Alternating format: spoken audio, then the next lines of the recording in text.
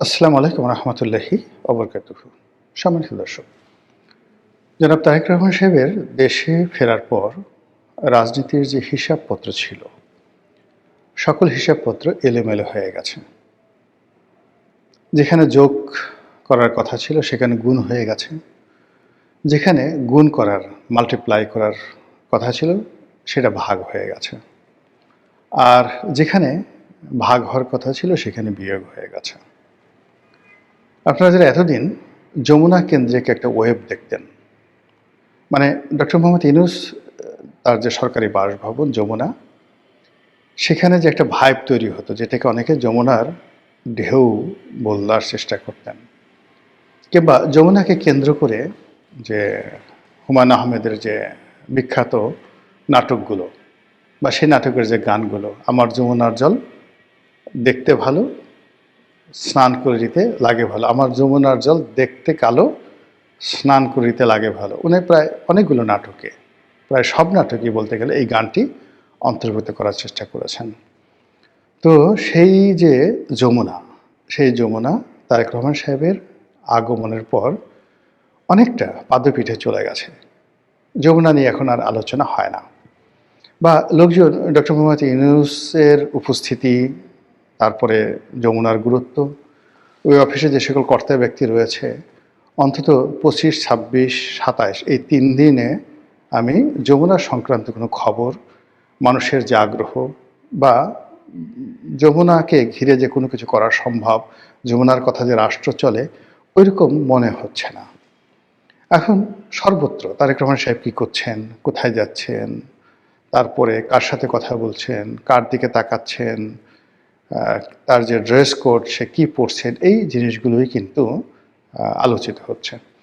অবশ্য তারেক রহমান সাহেব যখন আসার সিদ্ধান্ত নেননি, তখন আমরা যে কজন লোক তার আসার ব্যাপারে বলছিলাম, যদিও আমার এখানে অবস্থান ছিল অনেকটা দ্বৈত। আমি মনে করতাম যে তারেক রহমান সাহেবের বাংলাদেশে আসাটা জরুরি ছিল 2024 সনের আগস্ট মাসের 8 তারিখের মধ্যে, অর্থাৎ 5, 6, 7, 8। যদি 8 তারিখের মধ্যে আসতেন, ওনার বিজয়, ওনার সফলতার ব্যাপারে শতভাগ নিশ্চয়তা দেওয়া যেত। 8 তারিখের পরে, মানে দিন যত গেছে, ওনার দেশে ফেরা এবং দেশে ফেরার পরে উনি যে সফল হবেন এটা সুদূর পরাহত এবং ঝুঁকিপূর্ণ হয়ে পড়েছে। উনি যদি 2024 সনে আসতেন, 2024 সনে আসতেন ওই আগস্ট মাসের 8 তারিখের মধ্যে, তাহলে 2024 সনের ডিসেম্বরে নির্বাচন হতো এবং উনি এতদিন বাংলাদেশের প্রধানমন্ত্রী থাকতেন। তো তিনি সেই যে দেরি করেছেন বা আসেননি, কার পরামর্শে, কী কারণে, কোন সমস্যায়, এটা উনি ভালো বলতে পারবেন। কিন্তু এই অবস্থাতে তার যে আশাটা, এটা তার জন্য, তার পার্টির জন্য ইতিহাসের সবচেয়ে ঝুঁকিপূর্ণ সময়। এমনকি শহীদ প্রেসিডেন্ট জিয়াউর রহমানের অবর্তমানে বিএনপির যে বিপদ বিপত্তি ছিল, এই মুহূর্তে বাংলায় তারেক রহমান সাহেব ঘুরে বেড়াচ্ছেন আর রাজনীতি করছেন, সামনে ইলেকশন। এই দুটো, মানে জিয়াউর রহমান সাহেবের শহীদ হওয়ার পরে বিএনপি যে বিপদে পড়েছিল, তার সাথে এখন বিপদ বেশি। এমনকি যখন প্রেসিডেন্ট সাত্তার সরকারের পতন হয়েছিল, বেগম জিয়া যখনও রাজনীতি আসেননি, এরশাদ যেদিন মার্শাল ল জারি করেছিল, তখন বিএনপির যে বিপদ বিপত্তির মধ্যে ছিল, আজকে বিএনপির জন্য ঝুঁকি, বিপদ বিপত্তি তার চেয়ে বেশি। কিন্তু তারপরেও উনি এসেছেন। আমি ওনার যাকে বলা হয় শুভ কামনা করি, ওনার সফলতা কামনা করি, কামনা পর্যন্ত। কিন্তু বাস্তবতা হলো যে আপনি যদি পলিটিক্যাল সায়েন্স যাকে বলা হয় বিচার করেন, বিশ্লেষণ করেন, তাহলে আপনি দেখতে পাবেন যে ওনার এই সময় বাংলাদেশে আগমন ওনার জন্য এবং ওনার দলের জন্য ঝুঁকির পরিমাণ শতভাগ, আর সফলতা পাওয়ার সম্ভাবনা মিরাকেল, অলৌকিক। স্বয়ং আল্লাহ রাব্বুল আলামিন যদি তাকে সফল করেন, ক্ষমতা এনে দেন, সুষ্ঠুভাবে নির্বাচন হয়, শান্তিপূর্ণভাবে বিএনপি ক্ষমতা লাভ করে উনি প্রধানমন্ত্রী হন, এটা হবে মিরাকেল। বাংলাদেশের জন্য মিরাকেল, তার জন্য মিরাকেল, বিএনপির জন্য মিরাকেল। কিন্তু পলিটিক্যাল সায়েন্সে যেভাবে বলে, সেই সায়েন্স অনুযায়ী এটা কোনো অবস্থাতেই ইতিবাচক হয় না। তারপর তিনি এসেছেন। তো আবার তিনি যদি না আসতেন, তিনি যদি না আসতেন তাহলে তার দলের অবস্থা মুসলিম লীগের মতো হতো, তার দলের অবস্থা সেই কি বলবো ভাসানী ন্যাপের মতো হতো। এরকম একটা অবস্থা, মানে হয় কি যে আপনি একটা রুগী অসুস্থ হতে হতে এমন সময় হাসপাতালে নিলেন যখন আসলে অপারেশন ছাড়া আপনার আর কোনো ওয়ে নেই। তো গত 15-16 মাসে বাংলাদেশের যে রাজনীতি, বাংলাদেশের যে অর্থনীতি, তারপর সেই বাংলাদেশের যে সার্বিক আইনশৃঙ্খলা থেকে শুরু করে মানুষের যে মন মানসিকতা, সব মিলিয়ে এরকম একটা অবস্থায় পৌঁছে গিয়েছে যে এখান থেকে একটি পলিটিক্যাল ট্রান্সফরমেশন, তারপরে পলিটিক্যাল রিকনসিলিয়েশন, তারপর যাকে বলা হয় পলিটিক্যাল ইভ্যালুয়েশন, এই জিনিসগুলি এখন সম্ভব নয়। এটা রীতিমতো রাজনীতির পরিবেশ আইসিইউতে চলে গেছে। আপনারা হয়তো বলতে পারেন যে তারেক রহমান সাহেব আসলেন, এই যে এত 1 কোটি লোক আসলো ঢাকা শহরে, মানে এখন বলা হলো যে 1 লক্ষ নতুন সিম বাংলাদেশে আসছে, মানে ঢাকাতে আসছে ঢাকার বাইরে থেকে। তো এটা নিয়ে আবার কর্তৃপক্ষ বলার চেষ্টা করছে যে না 1 কোটি লোক, সরি আগে আমি বোধহয় যেটা বলছিলাম যে এখানে ওনার আগমন নিয়ে যে জনসমাবেশ হয়েছে আগমন উপলক্ষে, এই জনসমাবেশে কত লোক হবে। আমি বলেছিলাম যে ঢাকা শহরে তো 1 কোটি লোক এখানে পার্টিসিপেট করবে, শহরের বাইরে থেকে আরও 50 লাখ লোক আসবে, কাজেই মোরাললেস 1.5 কোটি লোক এখানে থাকবে। তো দেখা গেল যে ঢাকা শহরের যে 1 কোটি লোক আছে, সেই 1 কোটি লোকের সাথে আবার বিএনপি মাইন্ডের যে সকল পত্রপত্রিকা তারা খবর প্রকাশ করেছে যে ঢাকার বাইরে থেকে মূলত 1 কোটি লোক আসছে। এর কারণ হলো বিটিআরসির হিসাব অনুযায়ী, সরকারি হিসাব অনুযায়ী 1 কোটি নতুন সিম কার্ড যারা ঢাকার বাইরে ছিল তারা ঢাকার মধ্যে এসেছে। বিএনপি যারা প্রতিপক্ষ তারা মস্কারা করে বলছেন যে আসলে 1 কোটি নয়, এটা মানে 50 লাখ হবে। এর কারণ হলো আমাদের দেশের লোক এখন বেশিরভাগ ক্ষেত্রে এক একজন 2টা করে সিম ব্যবহার করে। তো এই ধরনের ট্রল হচ্ছে। এখন সেটা নিয়ে আপনি বলতে পারেন যে যদি তারেক রহমান সাহেবের ভবিষ্যতে না থাকে তাহলে তিনি আসলেন, আসার পর এত লোক হলো কেন? 2 নম্বর হলো যে আপনি কি তারেক রহমান সাহেবের চেয়ে বেশি বোঝেন, বা তার দলে যে সমস্ত কর্তা ব্যক্তি যারা আছেন তাদের চেয়ে বেশি বোঝেন? তারা কি এই জিনিসগুলো বোঝেন না? আপনি এগুলো কেন আগ বাড়িয়ে বলেন? এখানে একটা ব্যাপার হলো যে বিএনপিতে অনেক জ্ঞানী লোক আছেন, গুণী লোক আছেন, যেহেতু তারা পার্টির একটা পোর্টফোলিওতে আছেন, তাদের পক্ষে অনেক কথা বলা সম্ভব নয়। আমার চেয়ে বেশি বোঝা সত্ত্বেও তারা অনেক কথা বলতে পারেন না। 2 নম্বর হলো যে আপনি যত বড় জ্ঞানী হন না কেন, আপনি ঘরের মধ্যে থেকে যেভাবে নিজেকে বুঝতে পারেন, ঘরের বাইরে দাঁড়িয়ে থাকা একটা লোক তার দৃষ্টিভঙ্গি আপনার সম্পর্কে আলাদা হবে। তো সেই ক্ষেত্রে আমি যেহেতু বিএনপির কোনো পদ পদবিতে নাই, পোর্টফোলিওতে নাই, বিএনপি দলের কোনো কার্যক্রমে আমি কখনো যাইনি বা যাই না, তো কাজেই অন্য একজন দর্শক হিসেবে, একজন রাজনৈতিক বিশ্লেষক হিসাবে, রাজনীতির কর্মী হিসেবে আমি যেভাবে বিএনপিকে দেখতে পাই সেটা বিএনপির ভিতরে যারা আছেন তাদের পক্ষে সম্ভব নয়। এর বাইরে যেহেতু মিডিয়ার সঙ্গে জড়িত আছি, যেভাবে বিশ্লেষণ করার, কথা বলার আমার একটা প্ল্যাটফর্ম আছে, এটা হয়তো বিএনপি যারা নেতাকর্মী আছেন তারা নিজেরা বলেন, আমি যে কথাগুলো বলি, কিন্তু এগুলো আমি যেভাবে পাবলিকের সামনে তুলে ধরতে পারি তারা হয়তো সেইভাবে পারে না। এই জন্যই কিন্তু এই কথাগুলো বলা। তো যেটা বলছিলাম যে ওনার এই যে আশাটা, ওনার এই আশাটা, এটা আমাদের যে বাঙালির চিরায়ত আবেগ, সেই আবেগের বহিঃপ্রকাশ। বাংলাদেশের 35% লোক বিএনপি করে, এতে কোনো সন্দেহ নেই। আবার একই 35% লোক আওয়ামী লীগ করে, এতেও কোনো সন্দেহ নেই। এই 35% লোক তারেক রহমান সাহেব, বেগম জিয়া, শহীদ জিয়া, তাদের জন্য অন্তঃপ্রাণ। এবং গত 17-18 বছর ধরে মানুষ যে কষ্ট করছে, সীমাহীন কষ্ট করছে, অর্থাৎ 35% বিএনপি যারা নেতাকর্মী সীমাহীন কষ্ট করছে। সেই কষ্টের পর একটা বিপ্লব হয়েছে, সেই বিপ্লবের পর তাদের নেতা বাংলাদেশে এসেছে। এত কিছু চিন্তা ভাবনা করার সময় নেই। তারা তাদের সমস্ত আবেগ তারা উগড়ে দিয়ে ঢাকা শহরে এসছে নেতাকে একটু দেখার জন্য, এবং এটা আমাদের দেশে সচরাচর।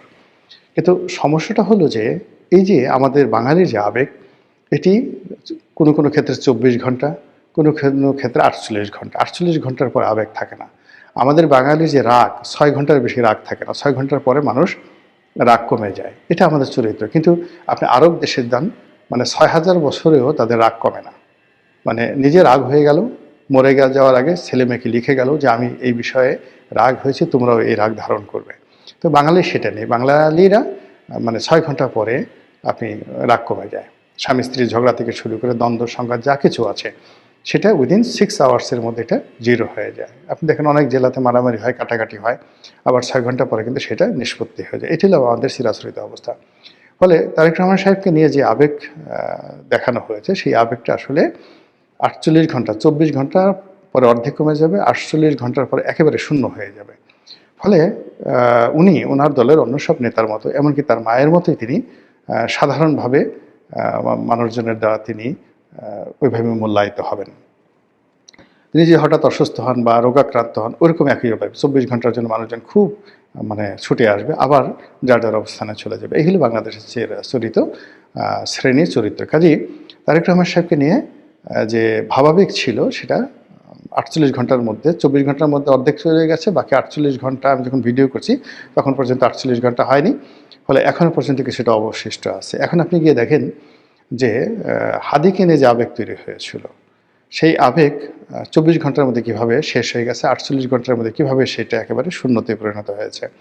এখন হাদির মৃত্যুকে কেন্দ্র করে ইনকলাব মঞ্চ যে আন্দোলন করার চেষ্টা করছে, এটি জামাত যদি ব্যাকআপ না দেয়, এখানে পুরোটাই জামাতের যারা লোকজন আছে তারা সম্মুখ সারিতে থেকে এটাকে শাহবাগে যে ইনকলাব মঞ্চ করা হয়েছে হাদির বিচারের দাবিতে, এটা মূলত পিছন থেকে জামাত সাংগঠনিকভাবে ম্যাটিকুলাসলি তারা সেখানে এটাকে জমিয়ে রাখার চেষ্টা করছে তাদের রাজনৈতিক স্বার্থে।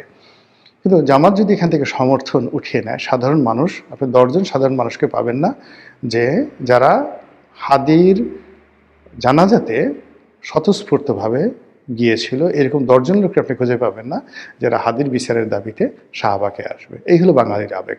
তো সেক্ষেত্রে তারেক রহমান সাহেবকে নিয়েও কিন্তু আবেগ থাকবে না বাংলাদেশে, তাকে তার রাজনৈতিক নেতাকর্মীকে নিয়েই চলতে হবে। তো এই বাস্তবতায় ওনার যারা বিরোধী পক্ষ তারা তো সংগঠিত, অর্থ আছে, এবং গত সেই মানে যদি আওয়ামী লীগের কথা ধরেন, তা আওয়ামী লীগ তো গত 15-16 বছর ধরে এক হাতে দেশ চালিয়ে তারা অর্থবিত্ত ক্ষমতার সব ব্যাপারে চূড়ান্ত পর্যায়ে আছে। তারা কেবলই মাত্র রাষ্ট্র ক্ষমতাটা হারিয়েছে, বাকি ক্ষমতা তাদের কিন্তু রয়ে গেছে, বুদ্ধি শুদ্ধি কৌশল দুষ্টু বুদ্ধি যা কিছু সব তাদের রয়ে গেছে। অন্যদিকে জামাতের সাংগঠনিক ক্ষমতা, অর্থনৈতিক ভিত্তি এবং গত 15-16 মাসে বিএনপিকে পদে পদে নাজেহাল করার, বিএনপিকে পিছনে ফেলার যে শক্তি তারা অর্জন করেছে, সেই শক্তি যদি সম্মিলিতভাবে অর্থাৎ আওয়ামী লীগ, এনসিপি, তারপরে জামাত, তারা সম্মিলিতভাবে বিএনপি বিরুদ্ধে ব্যবহার করার চেষ্টা করে, তাহলে সেটা যে কী পরিমাণ ভয়ানক হবে এটা এই মুহূর্তে অনেকে হয়তো কল্পনা করতে পারছে না। বাট আগামী 7 দিন থেকে 10 দিনের মধ্যে আপনারা এই জিনিসগুলো দেখতে পাবেন রাজনীতিতে। অন্য একটা যে বিষয়টা হলো যে এই মুহূর্তে যে জিনিসটি আমাদের পুরো রাজনীতিকে আরও গতিহীন করে ফেলবে, রাষ্ট্রশক্তিকে আরও দুর্বল করে ফেলবে, সেটি হলো তারেক রহমান সাহেব আসার পরপরই যমুনার যে কর্তৃত্ব, মানে ডক্টর মোহাম্মদ ইউনূসের যে কর্তৃত্ব, তার যে ক্ষমতা, প্রভাব প্রতিপত্তি, এটা কমতেছে, ধীরে ধীরে কমছে, এবং অনেক ক্ষেত্রে তারা খুব বিব্রতকর অবস্থার মধ্যেও পড়েছে। আর তাদের যারা বিশ্বস্ত যারা লোকজন এই গত 15 মাস ধরে তাদেরকে সাপোর্ট দিচ্ছে, তারা হয়তো জেনে হোক, বুঝে হোক, রাগে হোক, ক্রোধে হোক, তারা ডক্টর মোহাম্মদ ইউনূসের প্রতি খুবই বিরক্ত যে তিনি হয়তো তারেক রহমান সাহেবকে এনেছেন, তিনি হয়তো সেই জামাতকে বা অন্যান্য দলকে অবদমিত করার জন্য তারেক রহমান সাহেবকে প্রশ্রয় দিচ্ছেন। তো এই ঘটনা সত্য হোক মিথ্যা হোক ডাজ নট ম্যাটার, কিন্তু ডক্টর মোহাম্মদ ইউনূসের দীর্ঘদিনের যারা সঙ্গী সাথী তারা এই সময়টাতে অভিমান করেছে, এবং এই অভিমান আগামীতে ভাঙবে না। এবং এটা ডক্টর মোহাম্মদ ইউনূসের জন্য, মানে আমি যেটা বলছি, যমুনার যে ঢেউ, তার যে ক্ষমতা, সেই ক্ষমতাটা কমে গেল। এবং আপনারা জানেন যে ইলাস্টিসিটি, মানে কোনো একটা ব্যাপারে যদি কারো ভয় ভেঙে যায়, কোনো একটা ব্যাপারে যদি কারো আকর্ষণ কমে যায়, কোনো একটা বিষয়ে যদি কারো ক্রোধ সৃষ্টি হয়, তাহলে সেখানে আর যা হোক না কেন পূর্বাবস্থায় ফিরে আনা যায় না। যে কোনো সম্পর্ক একবার নষ্ট হয়ে গেলে সেই সম্পর্কটা জোড়াতালি দিয়ে চালানো যায়, কিন্তু সেটা আর আগের মতো আসে না। তো সেক্ষেত্রে যমুনার যে দাপট ছিল, যমুনার যে কর্তৃত্ব ছিল, মানে যদি ডক্টর মোহাম্মদ ইউনূস আরও 5 বছর ক্ষমতায় থাকেন, তো সেই ক্ষেত্রে তিনি এই তার যে পুরনো মিত্রদের সাথে তার যে বন্ধুত্ব ছিল, এটা হবে না, আর কখনো হবে না। অন্যদিকে তারেক রহমান সাহেবের সাথে তিনি চেষ্টা করলেও সম্পর্ক করতে পারবেন না। এর কারণ হলো এখানে তারেক রহমান সাহেব আসছেন এবং এখন খুব অল্প সময়ের মধ্যে